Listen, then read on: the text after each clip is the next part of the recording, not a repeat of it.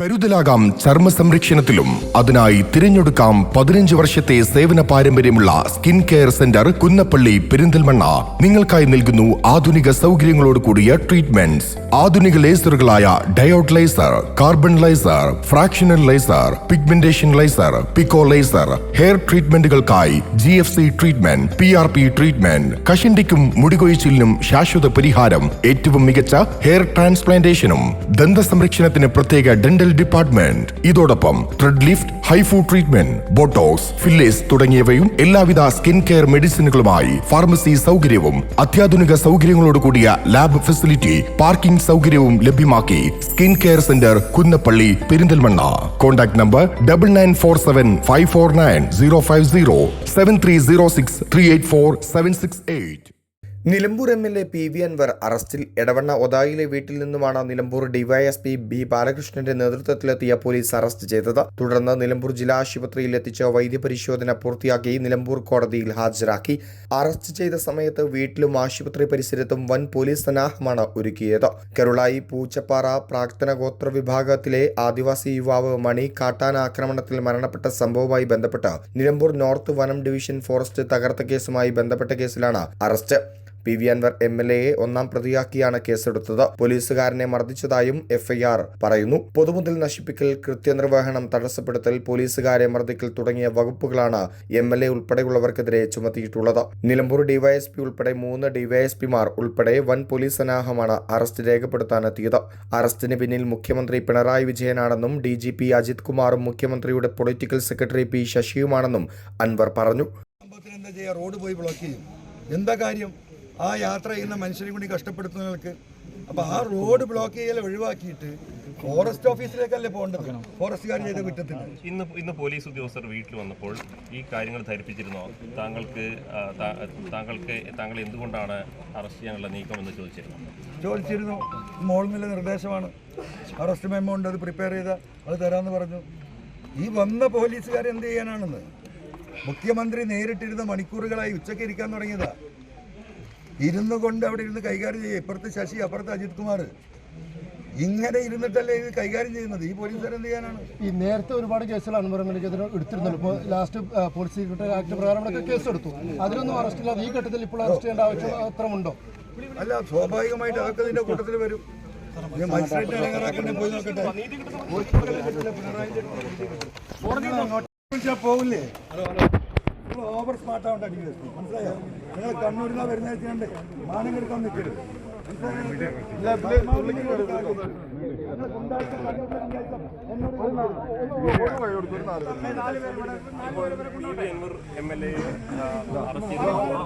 കൊണ്ടുപോവുകയാണ്. മജിസ്ട്രേറ്റിന് മുമ്പിൽ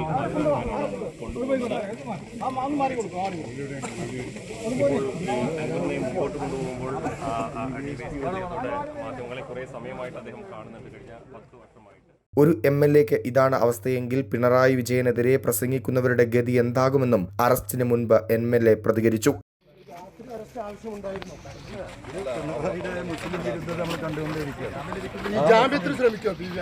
ജാമ്യത്തിന് നാളെ കോടതിയെ ശ്രമിച്ചു. ഇന്ന് ഈ പാതിരാത്രിക്ക് ജാമ്യം കിട്ടുന്ന വകുപ്പുകളല്ല. പിന്നെ ഇതിന് വക്കീലെ കൊടുത്ത് നിർത്തിയിട്ട് നമ്മൾ ഫോളാവേണ്ട കാര്യമില്ല. നാളെ രാവിലെ കോടതിയിൽ കൊടുക്കും. പിണറായി വിജയൻ നടത്തിക്കൊണ്ടിരിക്കുന്ന മുസ്ലിം വിരുദ്ധതയുടെ ഏറ്റവും അവസാനത്തെ തെളിവാണ് എൻ്റെ അറസ്റ്റ്. അത് മനസ്സിലാക്കിയാൽ മതി. RSS എന്താണോ ആഗ്രഹിക്കുന്നത് അത് നടത്തി കൊടുക്കുക. ജാമ്യം തീരുമാനമെടുക്കാൻ നമുക്കറിയില്ല.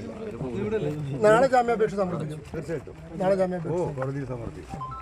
ഇത് ഇന്ന് രാവിലെ ഇങ്ങനൊരു നടപടിയിലേക്ക്, അറസ്റ്റിലേക്കൊക്കെ പോകുന്നു താങ്കൾ പ്രതീക്ഷിച്ചു? ഒരിക്കലും ഇങ്ങനെ എത്രയോ സമരങ്ങൾ ഇവിടെ നടക്കുന്നത്. ഇപ്പോൾ ഒരു ആവശ്യത്തിന് വേണ്ടി വളരെ ഒരാൾ മരിച്ചിട്ട് ഒരാളല്ല, ഈ 9 ദിവസം കൊണ്ട് 6 ആൾ മരിച്ചു.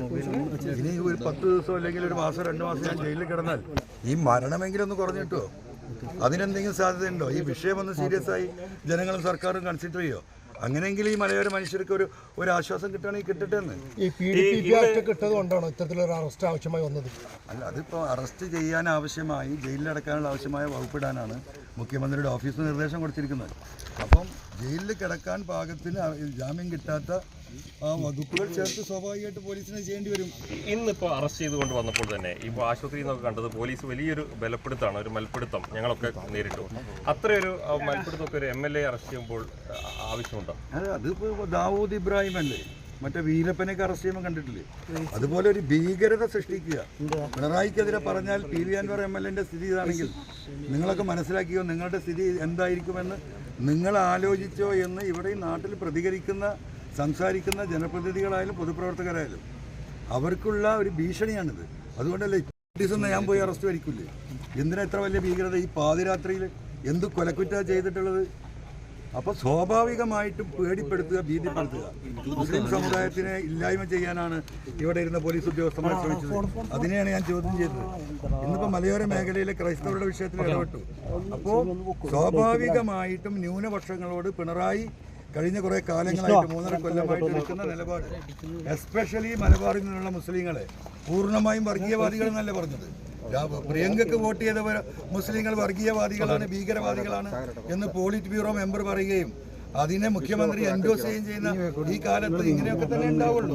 ഇതിലപ്പുറം നമുക്ക് പ്രതീക്ഷിക്കാൻ കഴിയില്ല. KPCC പ്രസിഡന്റ് താങ്കൾക്ക് പിന്തുണമായി രംഗത്തെത്തിയിരിക്കുന്നു. ഒരു ഉന്നത ഗൂഢാലോചന ഫലമാണ് ഈ അറസ്റ്റ് എന്നാണ് ഇപ്പോൾ KPCC പ്രസിഡന്റ് പറഞ്ഞിരിക്കുന്നത്. അല്ല, ഉറപ്പല്ലേ? ആ ഗൂഢാലോചന എന്ന് പറയുന്നത് എന്താണ്? കേന്ദ്ര നേതൃത്വവും ആലോചിച്ചിട്ട് ഇവിടെ മുസ്ലിം മൈനോറിറ്റിയിലെ ലീഡേഴ്സിനെ ഇല്ലായ്മ ചെല്ലാൻ, കേസിൽ കൊടുക്കാൻ, ജയിലിലടക്കാൻ ഇന്ന് ഇന്ത്യയിലെ എല്ലാ സംസ്ഥാനത്തും നടക്കുന്നുണ്ട്. അത് ഇവിടെ കമ്മ്യൂണിസ്റ്റ് ഭരിക്കുന്ന ഈ സംസ്ഥാനത്തും മുസ്ലിം ഭീകരത പറഞ്ഞ് ആളുകളുടെ ഉള്ളിലാക്കി. എന്നെ ഇപ്പോൾ ഭീകരനാക്കിയില്ലേ? എന്തിനു വേണ്ടിയിട്ടാണ്? എൻ്റെ പേരെന്താ? PV അൻവർ. അപ്പം അത് തന്നെയാണ് ഈ പിണറായി ഗവൺമെൻറ് ഇവിടെ ചരിത്രത്തിലാദ്യമായിട്ട് ഇത്രയും മുസ്ലിം വിരുദ്ധത കാണിക്കുന്ന ഒരു ഗവൺമെന്റ് കേരളത്തിന്റെ ചരിത്രത്തിൽ ഉണ്ടായിട്ടുണ്ടാവില്ല.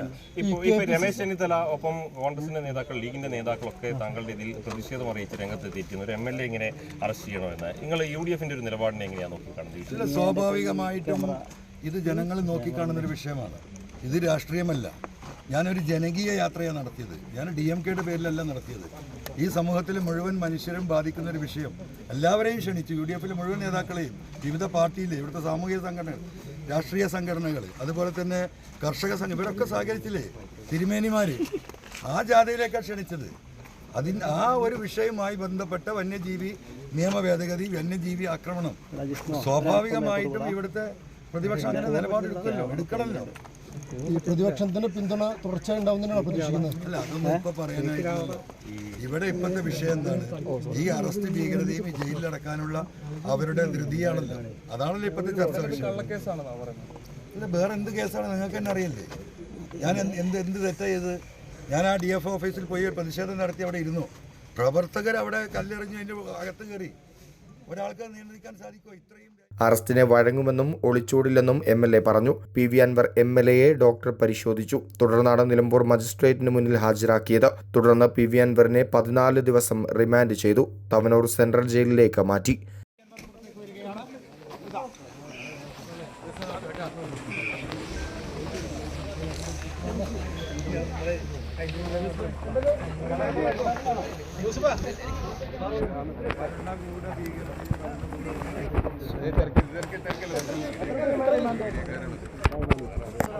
മഞ്ചേരിയാണോ?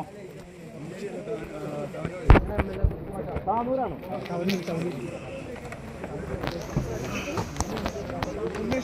സബ് ജയിലിലേക്ക് ആണ് കൊണ്ടുപോകുന്നത്. 14 ദിവസത്തേക്കാണ് റിമാൻഡ് ചെയ്തത്. ഭരണകൂട ഭീകരത എന്നത് തന്നെ അദ്ദേഹം ആവർത്തിക്കുന്നു.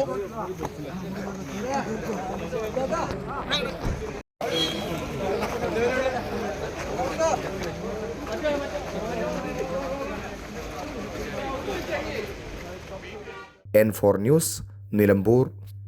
കിഴക്കൻ ഏറനാടിന്റെ മലയോര മണ്ണായ നിലമ്പൂരിന് ഇനി കാഴ്ചമങ്ങില്ല.